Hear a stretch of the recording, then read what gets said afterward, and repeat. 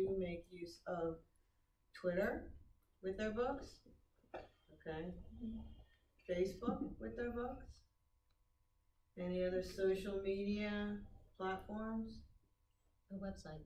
Yeah, website. Okay, yeah, website, right. How about Instagram?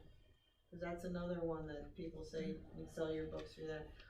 What about Goodreads? You have listings on Goodreads, which is sort of an online review site and magazine connection with books to the public. Books available where? Amazon, bookstores, Barnes and Noble. That's the hard part when it comes to getting your books in Barnes and Noble, because there's a vetting process with Barnes and Noble, and you have to approach each particular franchise in order to get your book in there. There's a marketing plan. You have to agree to come in for author events very often. I did find one of my readers found my book through Barnes and Noble .com. because they co-op through Ingram. Right, So exactly. that was the like online sales. Yeah, I'm the talking about backer the thing. brick and mortar Yeah, stores. that was the weird thing. Because people come up and say, "Oh, is your book in bookstores?" And I'll say, "Yeah, I have some copies in some small local bookstores, the little mom and pop shops." But as far as the Barnes and Noble, you can order the book online through Amazon, through BarnesandNoble.com. Any bookstore, no matter what size, has access to purchasing the books through Ingram and Baker and Taylor and those distribution routes.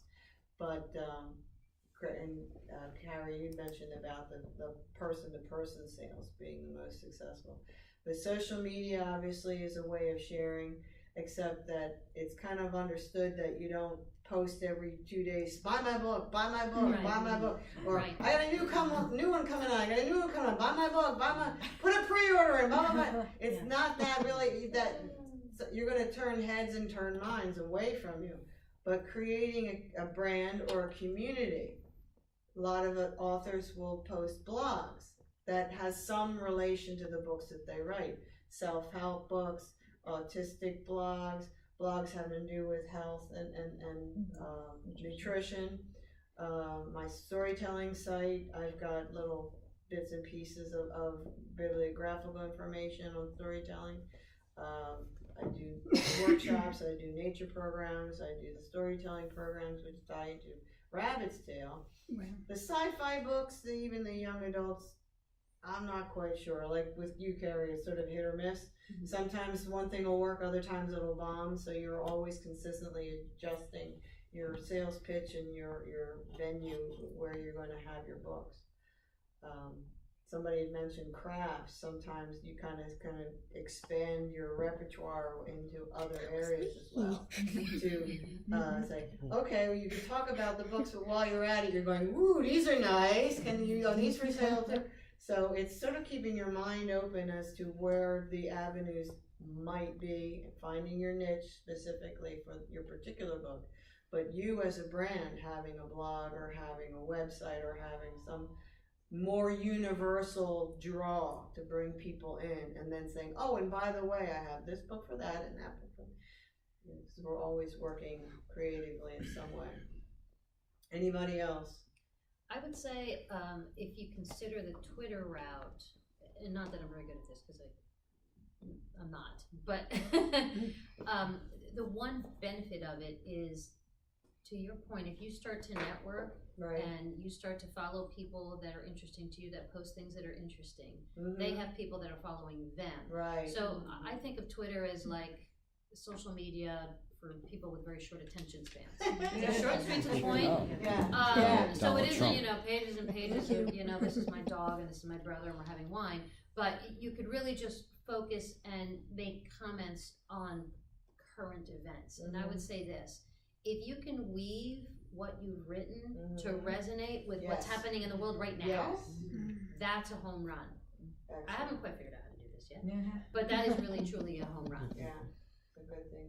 Keep in mind, not just the sale of your book, but the sale of its value in the greater society. Absolutely. Or its potential in the greater society. Does that answer your question? Yes, thank you. Anybody else have something? Can I just talk about the brick and mortar stores? Sure. And what's really interesting is yes, we're kind of unknown authors, right?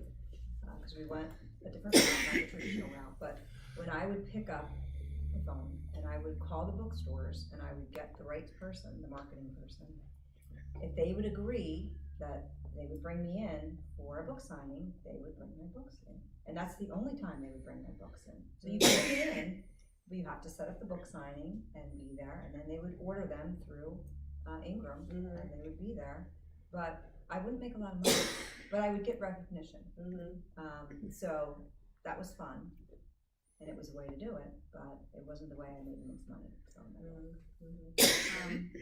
as far as getting into the brick and mortar stores, mine are print on demand, and no bookstore is going to buy your print on demand to put on their shelves. Because they have no way of returning it. Because they have no way to return it.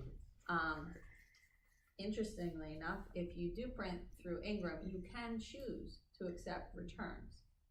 So that may open up the door to other people putting them on. Of course, then you have to do a test run and see how many of these are going to end up in my garage, you know?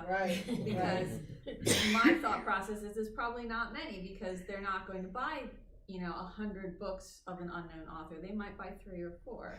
And chances are they're not going to bother sending them back if they don't sell. They'll put them on the remainder shelf and then just throw them away, you know?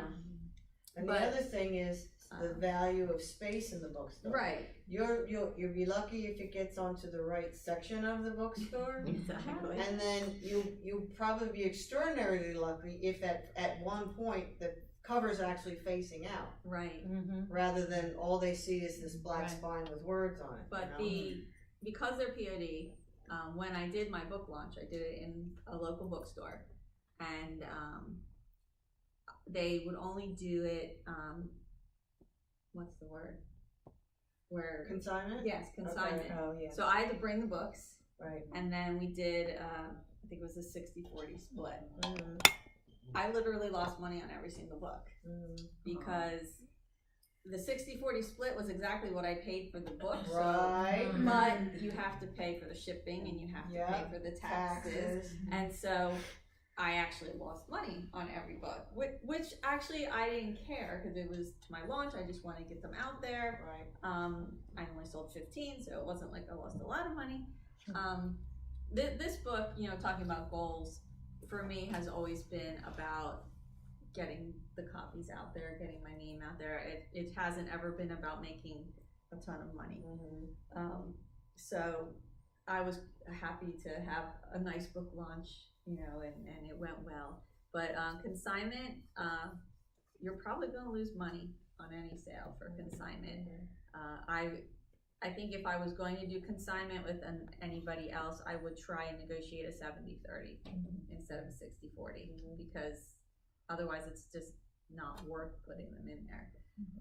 I want to make something, even if it's $1 a book, I'd like to make a little something, To help pay for the gas if you're going there. Yeah. But this book, to me, this was almost a practice book. It's like, I love the book and I believe in the book and I'm going to reissue the book, self-publish it when I get the rights back. But it was a learning book. It was learning how the process works, learning how the marketing works, learning how I work, what I'm comfortable with, what I'm not. And so this has been a learning book for me. Along those lines, Linda, I'm going to put you on the spot, sorry. Because you have a niche market, how did you approach, now you had an organization in mind because you're a member of it and you support them because of your son, now that's Devereaux. So have you approached other autistic special needs organizations, possibly for book events and things? Through Devereaux, I got hooked up to a Cherry Hill Women's Group, and then I had a book signing there. I presented to one of their meetings, and then through that I got asked to read to the school. Okay. That was kind of fun. I did 2nd and 3rd grade and spent the day there and other questions. But as far as other organizations, No, I'm really bad. Okay. I'm really bad Okay. at marketing. Yeah, see, and that, of course, we're writers, we're not marketers by trade, you know. It's not even our night job. You're worse than that. Yeah. So, obviously, know your book, know your market, and it is a matter of comfort level and your budget. If somebody says, oh, we really want you to do a book signing and read your book, and it's a school in Connecticut, and now you have to travel, you have to stay overnight, you gotta pay for a hotel room, you have meals, and all, is all that worked into the cost of, and are they even paying you? Or are you just getting money for the sale of your books? They're pre-buying 50 books for the school or whatever, so it's a lot of juggling, it's a lot of negotiating, and the branding helps, but branding doesn't put the money in the pocket until you sell a book. And then that has to cover your gas, your travel, any swag that you have, your time, and whatever time it is to go out, you have that travel time to get home, and somewhere along the line you gotta eat, so all of that figures in to the marketing aspect of having the book. Like, I wrote a book, now what? Whoop, there you go.